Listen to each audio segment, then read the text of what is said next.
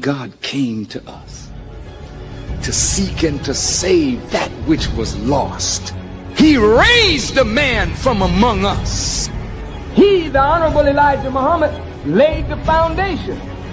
What I'm doing is something that comes from him through me, and the thing that he uses in me to do the work is my faith in him and the word that he taught. To produce men and women who wanted to clean up their life and build an independent nation for the glory of God. Assalamu alaikum, brothers and sisters, and thank you all again for tuning in to another broadcast of I Have a Testimony. And as you know, I'm your host, Brother Willie Muhammad. And today we have a brother that I've been waiting to get on this show. We talk often, so many topics we talk about, but many of you all know him. You probably was decked out in some of his what I call it, NOI pair dress, right? You probably saw our brother keeping us with our NOI gear, FOI gear. So let's bring our brother up so you all can hear him. Assalamu alaikum. Wa alaikum salam. Ramadan Mubarak, my brother.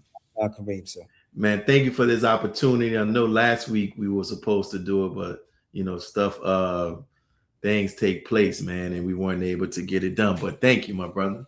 Yes, sir. Hailing from the 1-5. That's what my people from New Orleans who are in Atlanta, they talk about the 1-5. So let's get straight to it, man. We've talked, but I don't think I ever heard your story. How did you come to the Nation of Islam? My parents were actually in the first. Wow. Yes, sir. They joined the nation as teenagers under the leadership of the Honorable Minister Louis Farrakhan, number 7. They actually registered in the Corona Temple, which was under Minister Akbar, formerly known as Minister Larry. So my uncles, aunties, and my parents, they came in around 72. So I was actually born into the nation, myself, six of us all together. So at the time, before the messenger departed, it was 3 of us. So yes, sir. Wow. So do they happen to have any pictures or photos from those days with Brother Akbar and the minister? Absolutely. Well, not with the minister or Minister Akbar. My parents have reconnected with Minister Akbar as well. But we have several pictures. I have quite a few. I'll forward them to you. What did they do? They ever share any stories about that time that you can share? Anything you remember that they talked about? Absolutely. The minister at the time, had 18 temples. Yeah. 2 Spanish-speaking temples. And he ran it all the way from 7A to 7R, from my understanding. And, they would all meet. The brothers would meet on Saturday for FOI class. My dad was and my uncle, they were members of the Fish Force. He still has his ID. He actually met with some of the brothers in New York recently and shared some of that history as well. Talks of, he used to hold posts at Yusuf Shah's home. Just war stories. I mean, he was very young at the time. So you're talking about 18 joining the nation. And at that time, you couldn't live with mom and dad. So, they were on man time for sure. So there's an experience where I was actually almost born in another FOI's vehicle because my dad was on post and he wasn't able to get to my mom, who, was on maternity leave, obviously, but got to the hospital right on time, brother. So, yes, sir. Wow. So they came in 72. We know what took place 3 years after that. Do they ever talk about, or do you know what was their experience during the fall of the nation? Did they go with the imam? What? Interesting question. they did not go with the imam. And these conversations, they came up quite a bit as I began to have interest in, changing my life. The presence of the minister in our home, even though we didn't practice Islam per se, after the departure, we knew who the minister was. We had pictures of the messenger in our home. We knew the greetings. We knew to show respect to the brothers when we did see them. We would go to mosque events. So in that time when we came up, the spirit and just the level of consciousness, it was cool to be associated with, Black militants and just the message of Black empowerment. So the atmosphere, it was really conducive for us, and it provided I think, a real fertile ground for me to take in a lot of information. And interestingly enough, I did have an uncle who did not go with the minister and went the Orthodox route. May Allah be pleased with him. There were differences. And at a young age, in my own mind and even in my circles, I would always be one defending the teachings. So, and interestingly, I just, my mom kept a journal when she was pregnant with me and even as I was developing as a baby. And I got a chance to read just some of the notes that she left that gave me a picture of just her state of mind at the time. And brother, I mean, I'm thankful to Allah that I even have that, because it's a peek into the woman that, birthed me into this world, and really ultimately has a lot to do with my decision to come into the nation. Wow, man. So born into the nation fell. Like you say, you all had the Islam and weren't practice. So like you just mentioned, you had to eventually at some point make the decision to say, I want to be a part of the nation. So how did that take place?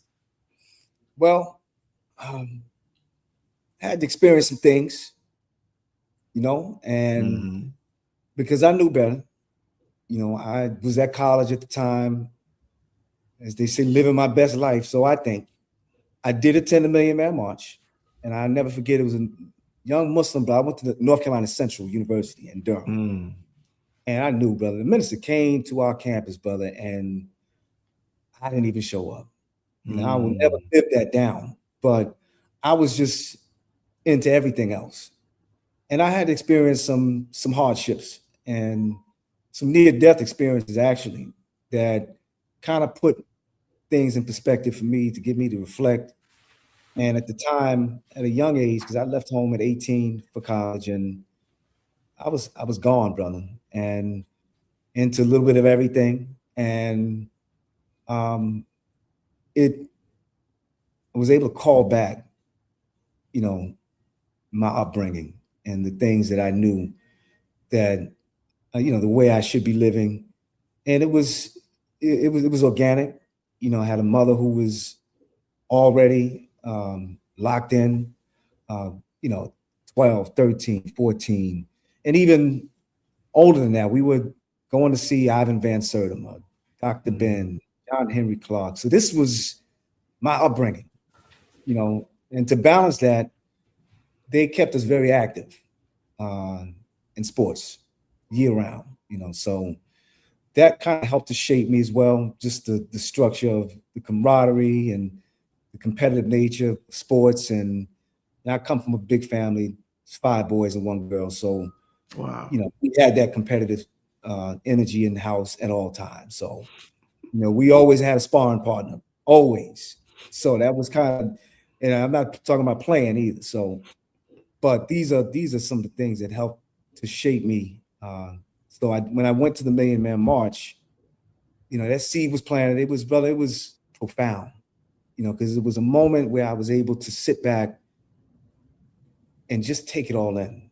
I met with people I had beef with at the march. I ran into all my brothers. We were coming from different places, no cell phones. And we found each other on the mall. I ran into friends. I was drilling on Georgia Avenue in the McDonald's parking lot And it was a brother, he was a DI. I finally met him when I joined the nation. He was a dark-skinned brother, and I believe he passed from Chicago. And brother, he had about 100 of us in ranks, lost founds. That's just the spirit the night before going into the march. And those are memories that I'll cherish, forever. Wow. I want to ask you this for the purpose of hopefully to get it on record too, because you just said something that I've heard the Honorable Minister Louis Farrakhan say about, gang members were resolving conflict at the march, right? But you're the first person that I've ever talked to that actually talked. Is there any amount of detail you can give about, one of the conflicts you resolved, like you squashed the beef with a brother, No, brother, it really wasn't. It was just, you just knew like we not, whatever we had is it. Yeah, we knew we weren't there for that. We were here, and it was understood, and that was that. I'd still communicate. I talk to this brother to this day, and it wasn't any major beef, but there was a conflict, and it's just automatic. The spirit didn't. That wasn't even welcome. That energy, but it was none of that. And that was for the entire weekend. So, wow. Yes, sir. You said a brother how do you get 100 lost founds to be drilling in McDonald's? Well, listen, let me tell you something. In those who were there in the city of DC, I got into DC the day before.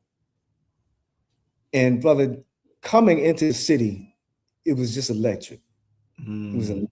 I came in daytime. And, of course, you're young at the time. I'm 95, I'm 21. And, we're not Muslims yet. So we're looking, we want to be outside.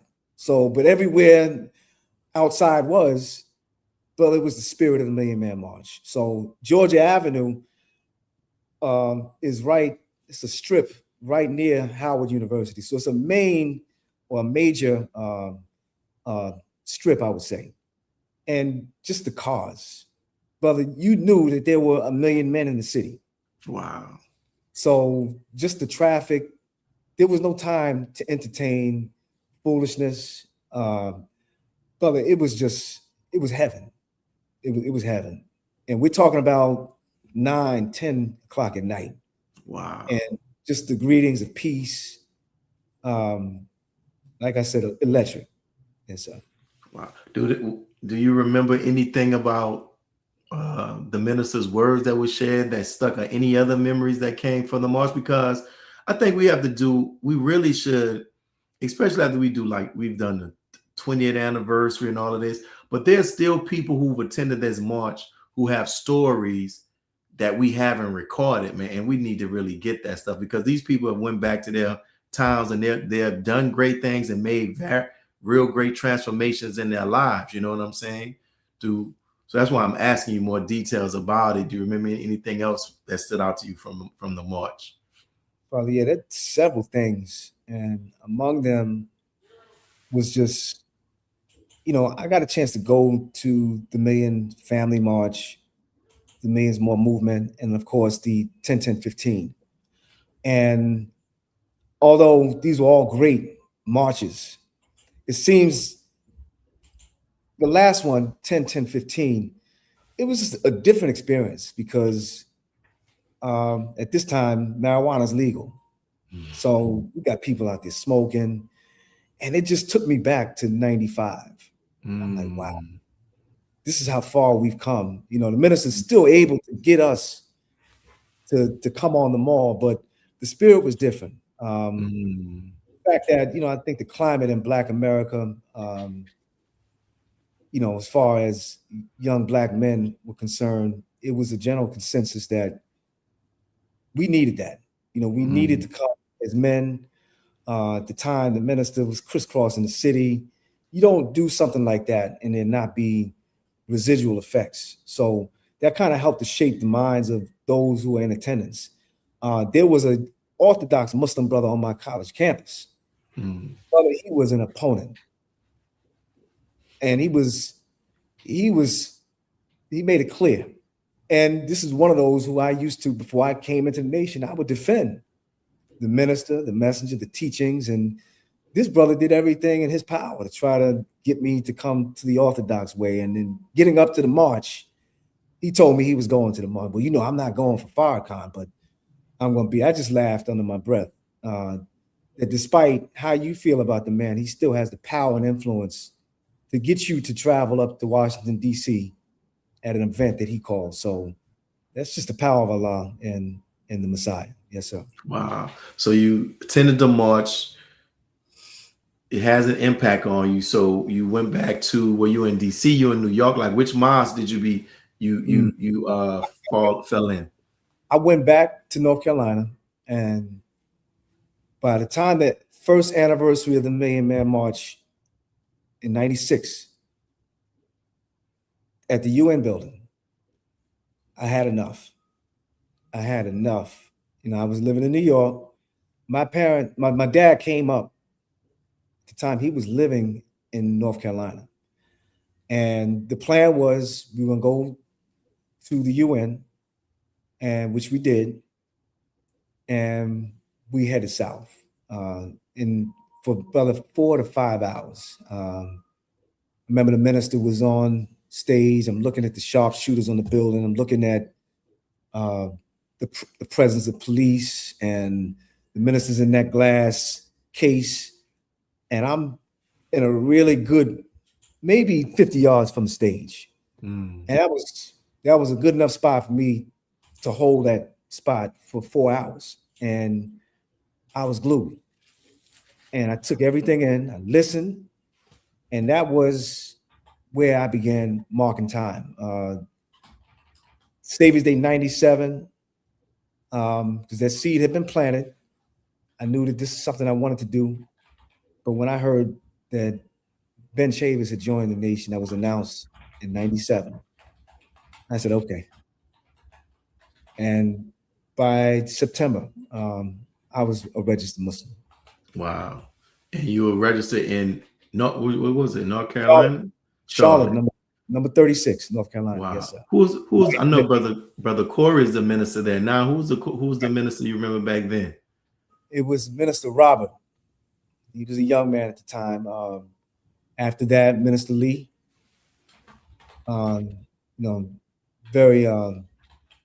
Very influential in my life as a minister that helped to shape me. Minister Lee Muhammad. Yes, sir. Mm-hmm. What about the FOI captain? Was there the FOI captain back then? Did he have a big impact on your life? We had a few. While I was there. When I came in, it was Brother Thomas. May Allah be pleased with him. He's no longer with us. Brother Alfonso out of Washington, D.C. He eventually became the regional FOI captain. I learned so much from that brother. He had a wealth of information and knowledge and experience that, I benefited tremendously. And the wonderful believers of 36 and the Mid-Atlantic, and I've been around the nation, been to a few cities, but it was a perfect place for me to come in and to be shaped into who and what I am. And I'm happy the way I came in and when I came in, was a beautiful time. And you have this military bearing about you. And I know during that time in the 90s, we had the regional captains. I think at that point, a lot of the regional captains were a part of the Honorable Minister Louis Farrakhan's personal security, right? That's Captain right. Dennis's, the Curtis's, the Akil's, the Kaleb from Southwest. Any memories of them? Or I don't know if you had any contact with any of them, anything like that? Oh, absolutely. Very limited, and but brother, at that time, the minister was just very active. Mm-hmm. And, we got a lot of our training, by hitting the road and piling in a car with the brothers. And, we had regional believers meetings, regional FOI classes. And when I came in, we were meeting on Saturday mornings. Before the sisters would come in at 7 o'clock, and we would hit the field right after FOI class. And, you know, there was always road trips. One in particular, I wasn't even registered, brother. Minister had come to Atlanta, and they were meeting at a building, I think it's on MLK. And they put me on post. And there's a brother who actually, you know, had some choice words to say. And, you know, I was offended. And the brother actually tried to run us over. And, you know, I got a couple of licks off, you know, but, you know, they went after him. And that was that. But as a processing Muslim, that was an experience for me. And it was, it was right up my lane. And how did you, like, you say there were other cities that you soldiered in as in the Nation of Islam, Charlotte, now you're in Atlanta. So did you go straight from Charlotte to Atlanta, or? Oh, I moved back to New York. I was there for a few years and then moved back south.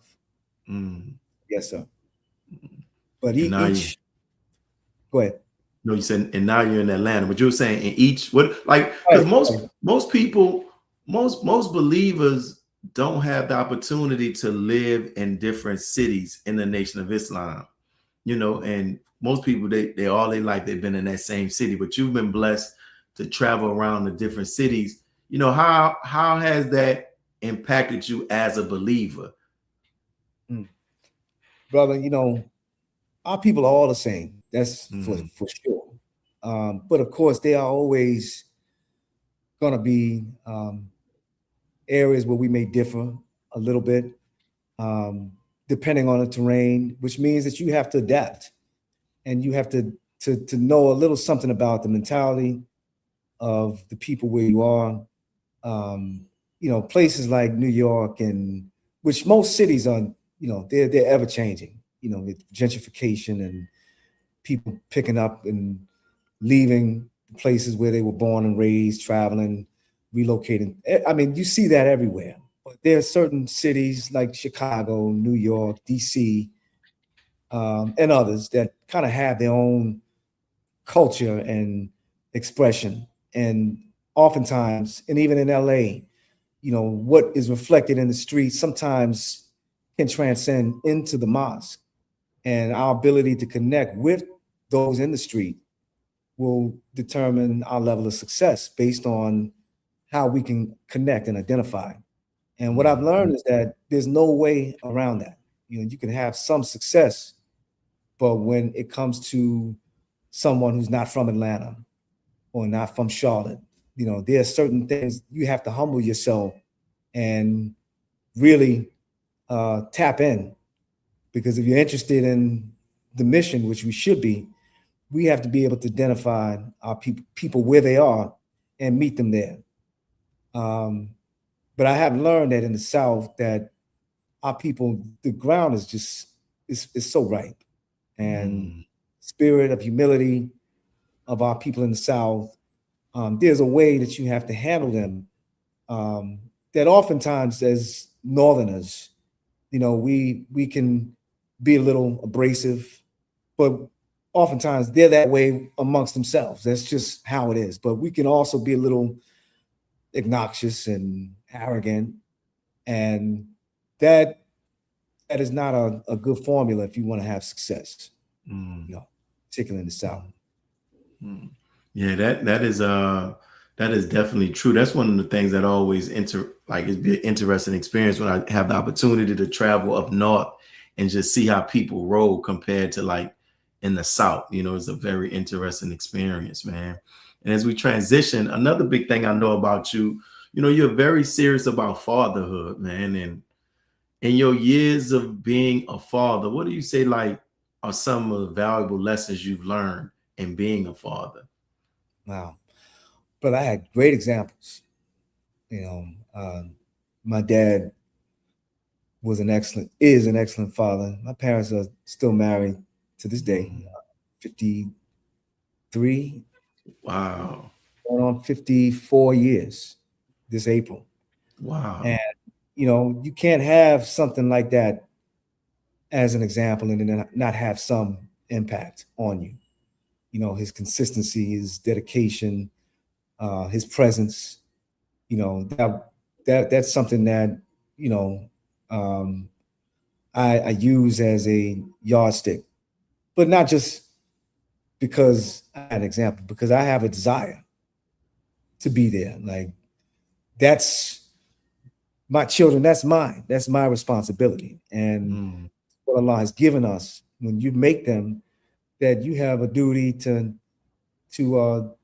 pour into them and to take responsibility for shaping them, in which I did something that for all of my children. I prayed to Allah, brother, that He would accept them and accept them to be used, you know, in His cause. And I prayed for that. And the spirit that I've learned, that, you know, the things that you're engaged in when you, I learned this with, I mean, I'm into dogs a little bit, and I've kind of heard that sometimes the nature of a dog and what it may be into at the time, the female dog is pregnant. No, those pups come out with that same nature based on what their mother's engaging in. And I find that to be true with us. And that How to Give Birth to a God series, brother, it is really something to be able to see the evidence of what the minister gave to us in that series, and to see it in your children, and to know that, you know, that was intentional. You know, it really works. Be there to receive my children when they were birthed into this world. But I mean, like, for me, there's no other option. You know, that there's nothing else for me to do. And I think it's one of the greatest honors that, you know, to be able to be a father and to serve in that capacity. Well, you know, we're constantly having young brothers that are in the nation, in our mosque. I can remember all of us being single, being not, then that period everybody was getting married, then becoming parents. Some have begun to start entering into being grandparents. Some might even great grandparents. Like, what advice would you give to a young FOI watching this about, you know, being a father? Yes, sir. Wow, never been asked that, but I do talk to young brothers a lot about, you know, definitely choosing a mate and making sure that, you know, you don't set your children up for failure by not choosing properly, and then also be ready for the responsibility, because it's, brother, you know, and it was 6 of us in the house. And there have been many a nights where we've had to rush to the emergency room, and it's nothing that you don't plan these things. And I mean, brother, it, you know, especially with boys, you know, so it's just one of them things where you're gonna have to be involved, and it's a beautiful process when, you know, you're dedicated and committed to the process. And I had a lot of practice, you know, helping to raise my nephews and nieces. And I've always loved children, even as a child. That was just something that I always had the gift and the ability to identify with children. So when I had my own, you know, it just second nature. How has, you know, because in the cover of for this actual interview, I got you with the FOI jogger on, and so how would you say has the training help you as a husband and help you as a father? Man, brother, the fruit is the best. I believe that. I don't think that. I don't assume that I know that. And it is joining the nation was the best decision I've made in my life. I am really a company man, brother. You know, I am someone that, you know, I take honor in being a member of the class. And I understand that our people need this. So, you know, I've always been into art and, I've had, experience just dealing with clothing and fashion and that sort of thing. So it really is a tool, brother, when you really understand um, presenting the teachings in a way where you can express them verbally, or you can be an example, or you can have something on that our people recognize and it will create conversations. But I'm just passionate, about our brand. And that's just something that nothing, if I can say the word, trumps that. I know that the minister through us will get all his people. And I know it to be true that this is something that our people need. And we've talked before, and we look at this time, we're starting to see even white men are talking about the attack on masculinity, right? And we're seeing this attack on masculinity. And with that being the case, how valuable is the training of the FOI to, in a sense, as a counter to that attack on masculinity from your perspective? Man, brother, all we have to do is stand up, and hold fast to what we've been given. We don't have to reinvent the wheel. We don't have to do a whole lot of thinking and overthinking. If we follow the example, you don't even have to mention masculinity. When we look at the example of a man that we've been given in the Honorable Minister Louis Farrakhan, he embodies everything that you could possibly relate to manhood and masculinity in his example. And with the Most Honorable Elijah Muhammad in his example, in the class that we've been given, the teachers are perfect. So we just have to present the clean glass. And once we do that, it'll be very easy. We don't have to argue with people, which, oftentimes we do. But in truth, we really don't have to do that. But after all else fails, we know comes Islam. And we're looking at that right now as we see things unfolding in the world, that there's nothing left for our people but Islam, as taught by the Most Honorable Elijah Muhammad under the leadership of the Honorable Minister Louis Farrakhan. They can leave it alone. And were you, and thank you for those responses. So you were in Atlanta when Brother Sharif was appointed there, were you? No, no, sir, I wasn't. No, sir. Or you came, when you came, he was already installed. Right. But I remember. Yes, I mean, he was traveling around the nation before he was appointed. And he was speaking to the believers. And I know I remember the climate in the atmosphere at the time. And the nation was buzzing, with his presence and coming to the different cities. And I remember the pilgrimage of believers who began to flock to Atlanta once he was appointed. So yeah, I remember that time, but no, I was not in the city at that time.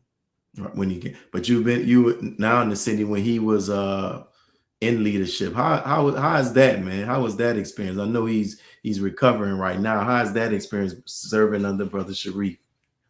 Well, brother, he has a wealth of knowledge just being with the minister for as long as he served as the Supreme Captain. And he's, I mean, brother, he's one of a kind.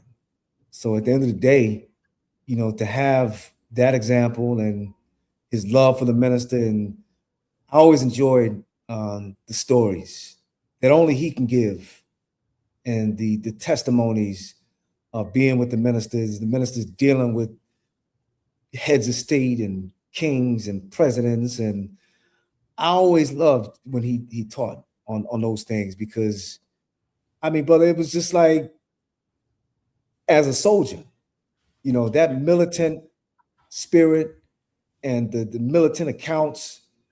I mean, as a man, you know, this is what we're into.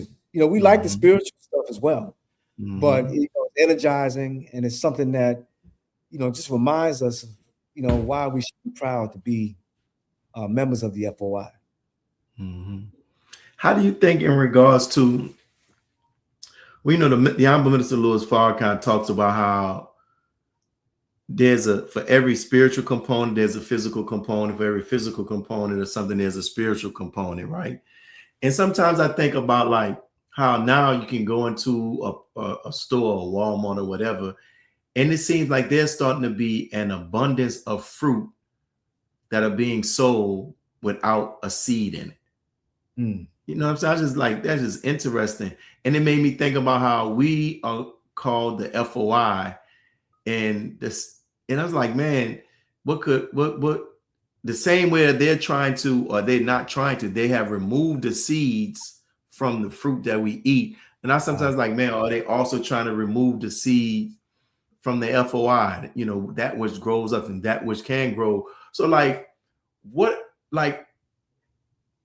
do you think we can do, just even individual and as a brotherhood, to protect the brand, to make sure we're not like the salt that loses its flavor, and as the scripture says, it's thrown on the earth and is trampled upon?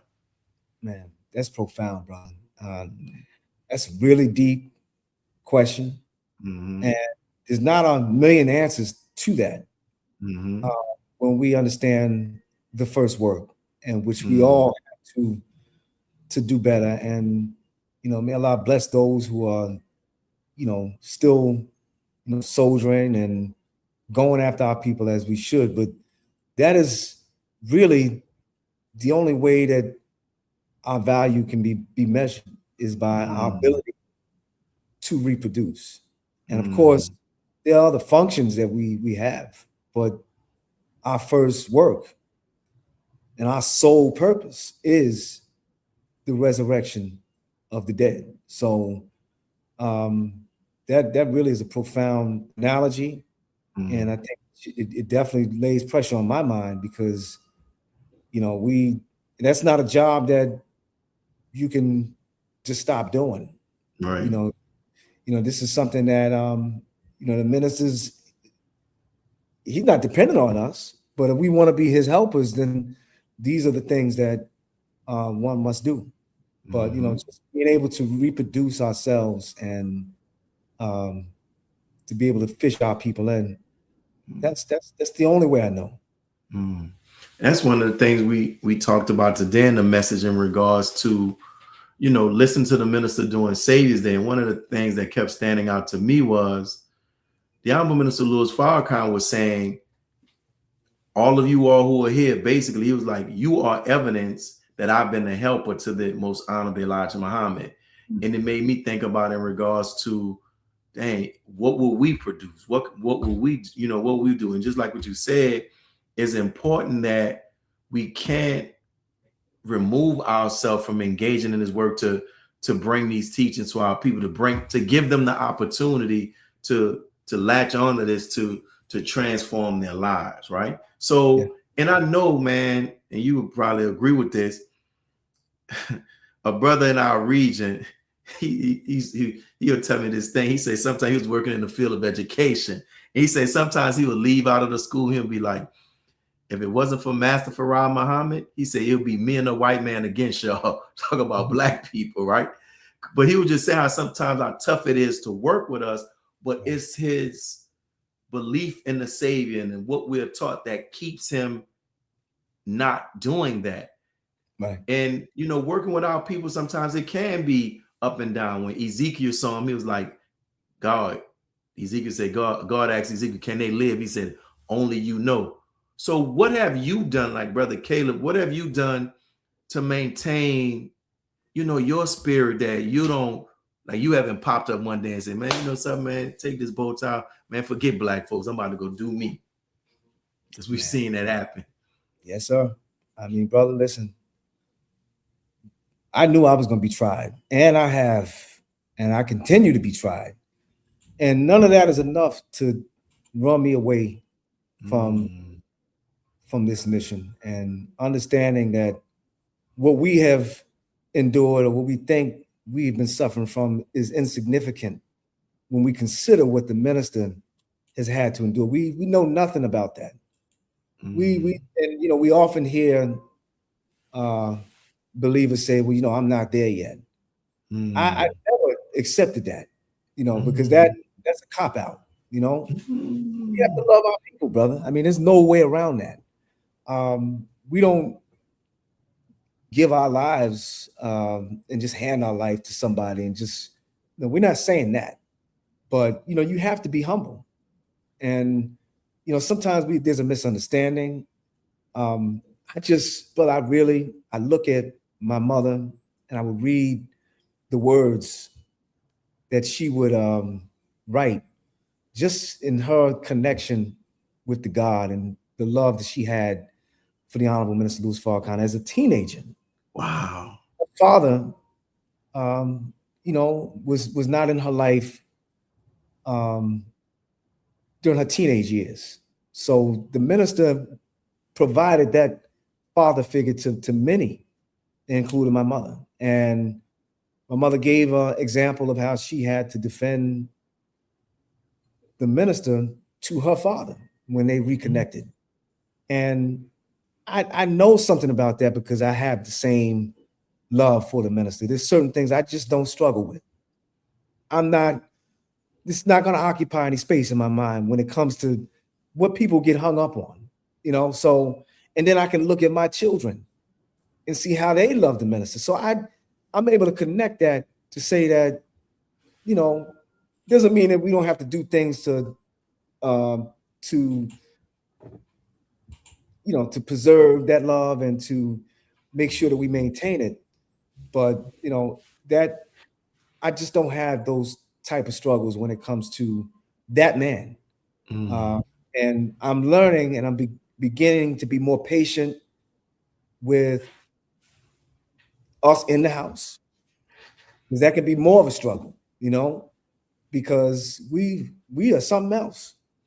But at the end of the day, I've learned that, brother, just because you got a problem with somebody, even if they did something that you know was dead wrong, Allah may still see something in them that doesn't necessarily cast them into hell like you would. And I've learned that, brother. And I don't do that to people. You know, if there's an issue, if I have an issue with you, you're going to hear about it. I don't walk around with that type of thing on my chest. We're going to have a conversation. And I think that's the best way to preserve the brotherhood and the family. See, and what you just said right there is a very significant. It's simple, but it's so effective, because some people allow their spirit to begin to start being impacted because they don't want to confront stuff. And confront on me like, hey, but just let's have a discussion. You said something or you did something and it didn't sit right with me.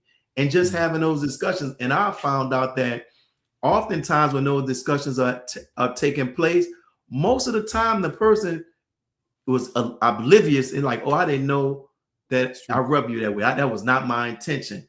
But if we don't if we hold that in our heads and don't do what Allah in the Holy Quran tells us to do, and the Honorable Minister Louis Farrakhan encouraged us to do, you know, we end up taking us away. So that's a beautiful thing. And also when you said too, I've learned this, man. There was somebody, I'm not gonna say their name, but they in the circle of the Honorable Minister Louis Farrakhan, and they had a certain personality that rubbed people a certain way. And I had the opportunity to have dinner with this person. It was in our city, and it was just me and this person. And I began to learn about this person. And I came to the same conclusion that you had. Like, yeah, they might rub other people away, But that same quality that's rubbing other people away is that same quality that this person makes sure that the Honorable Minister Louis Farrakhan is treated like a dignitary. That's right. And I'll put that on a scale like, yeah, this might rub you wrong, but when you put it over here, this person is getting a lot of rewards because it's helping them to make sure that the man of God is not treated just like he's just some common person. And that's a hell of an understanding. Somebody said this too. Brother said brother looks half his age, man. So we'll talk about that. What do you do like to keep you look very youthful? You look, you know what I'm saying? You look very youthful. You eat one meal every week. What are you doing? No, sir, brother. I strive to to follow the dietary law. I definitely make it my business to stay fit. So I do train. And at the end of the day, we just have to find, and I have to do better with this as well, where find the things that make you happy. And I've struggled with that, with just being inundated with work. And as we get older, brother, these years, they fly by. And if we don't take the time to make adjustments, that we can make time to do the things that make us happy, we'll find ourselves being very regretful. Yes, sir. So in that process, what have you found are some of the things that make you happy? Man, brother, I love to create. I love to train. I love to fight. I enjoy boxing very much. I enjoy family. I enjoy the brotherhood. I enjoy being able to get on the nature's trail. But I love sunsets. I love creation. I love planting. And I also love how, with my children in particular, I'm able to see some of the things that they get from me, and their mother as well, but to see that passed on through you and to see it in the next generation. My son, as I shared with you, you have a daughter who's, she's a veterinarian now, right? She's in a second year of veterinarian school. My son is actually looking to do his first travel abroad.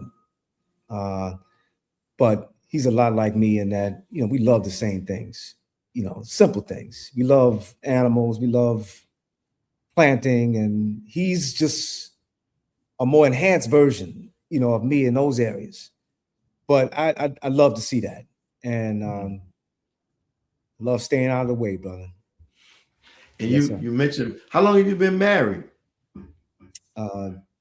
20 going on 21 years. Wow, man. Your parents, you say about to be 54 years of marriage? 54 years. And then in your over 20 some years of marriage, what advice, not like from your experience, that's what I'm saying, advice. From your experience, what would you tell those who will see this show or watching this show who are married now or, in their early years of marriage or contemplating marriage, or they're about to get married? Man, there's so many things that you can say. But definitely just choosing wisely and being patient and being a team player and not entertaining certain forces, whether it's family or not. Stay out of people's business and mind the business that pays you.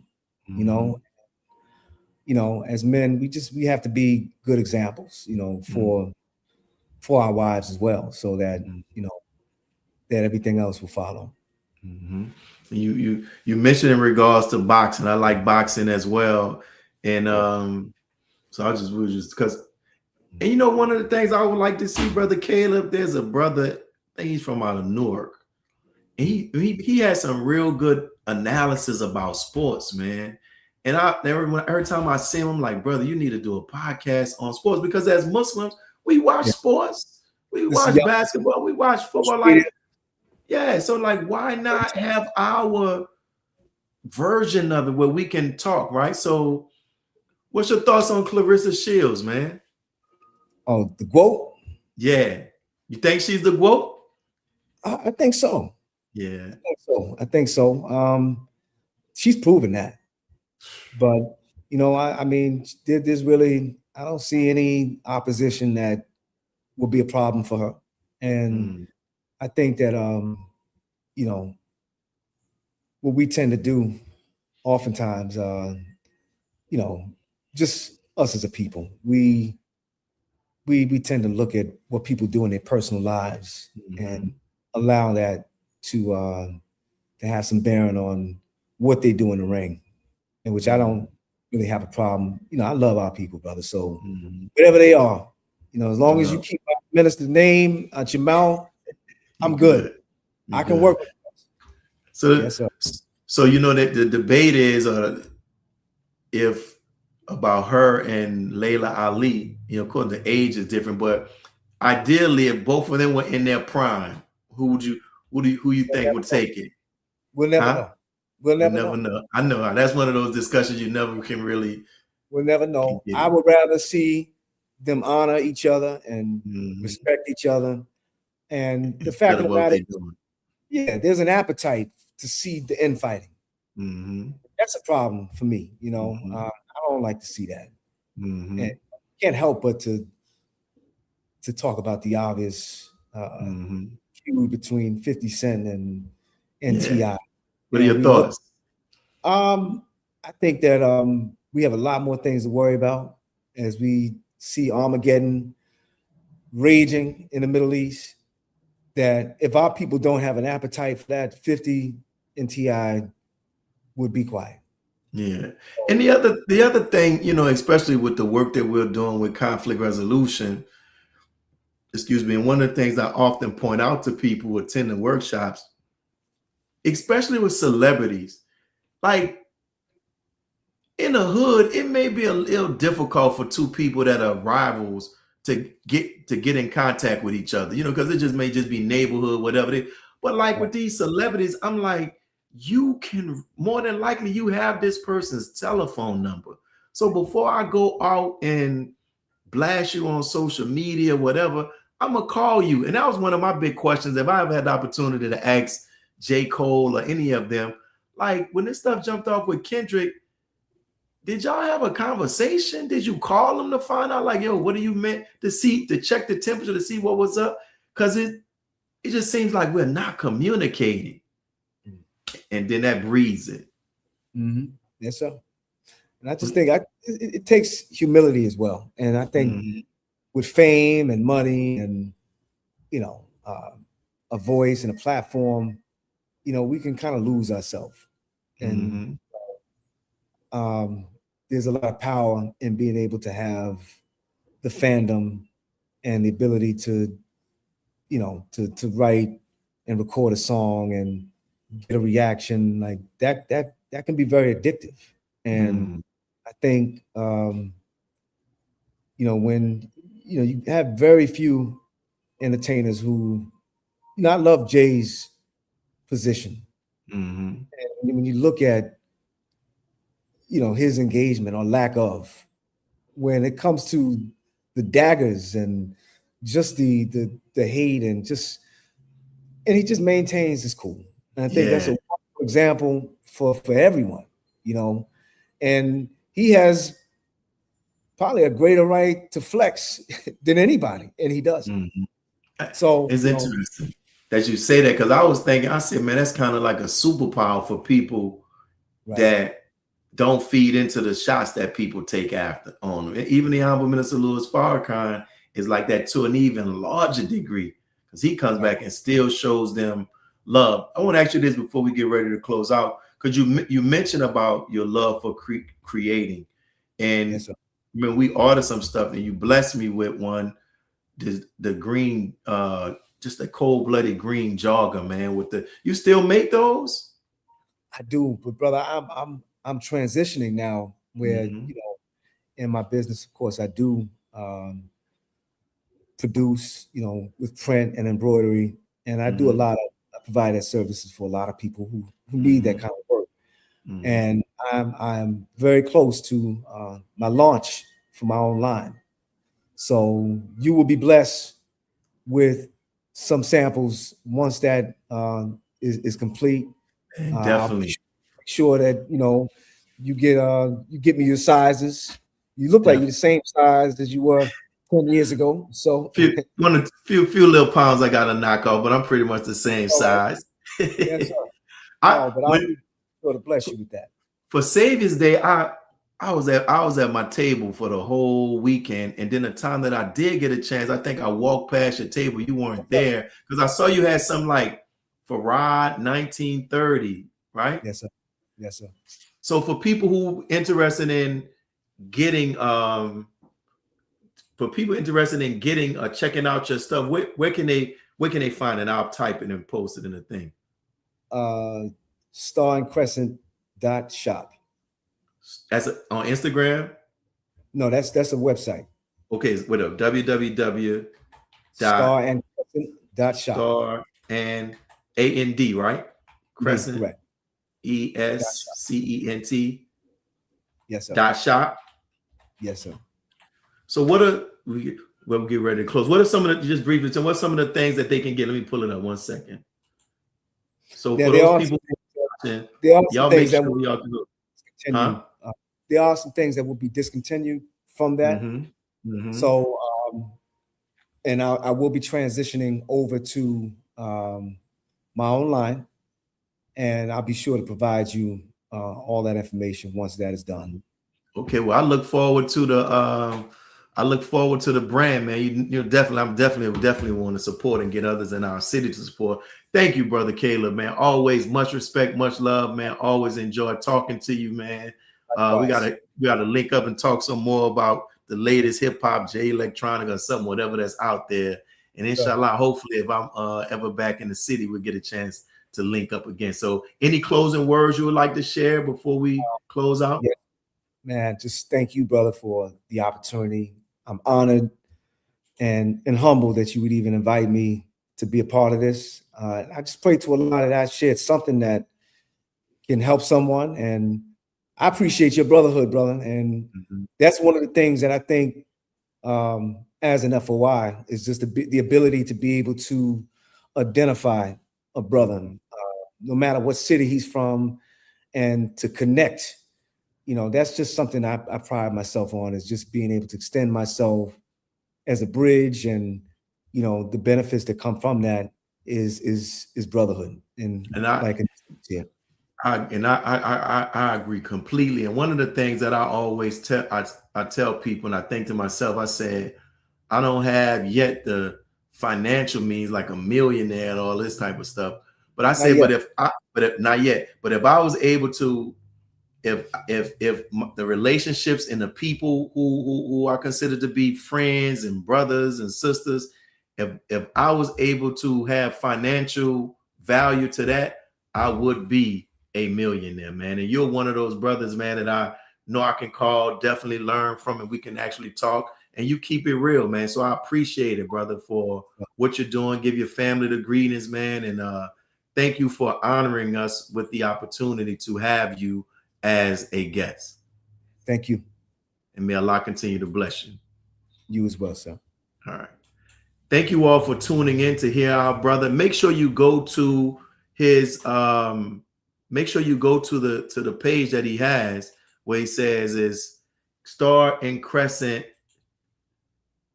.shop, right? Make sure you go and support that. This is your brother Willie Muhammad. Also, if you were watching the thing that we did with the brothers about the reality of God, I know we had a brief little technical issue, but both of the parts are on Closing the Gap Broadcast Network and on Mosque number 46. So this is your brother Willie Muhammad, and we're signing off. Peace. God came to us to seek and to save that which was lost. He raised a man from among us. He, the Honorable Elijah Muhammad, laid the foundation. What I'm doing is something that comes from him through me, and the thing that he uses in me to do the work is my faith in him and the word that he taught. To produce men and women who wanted to clean up their life and build an independent nation for the glory of God.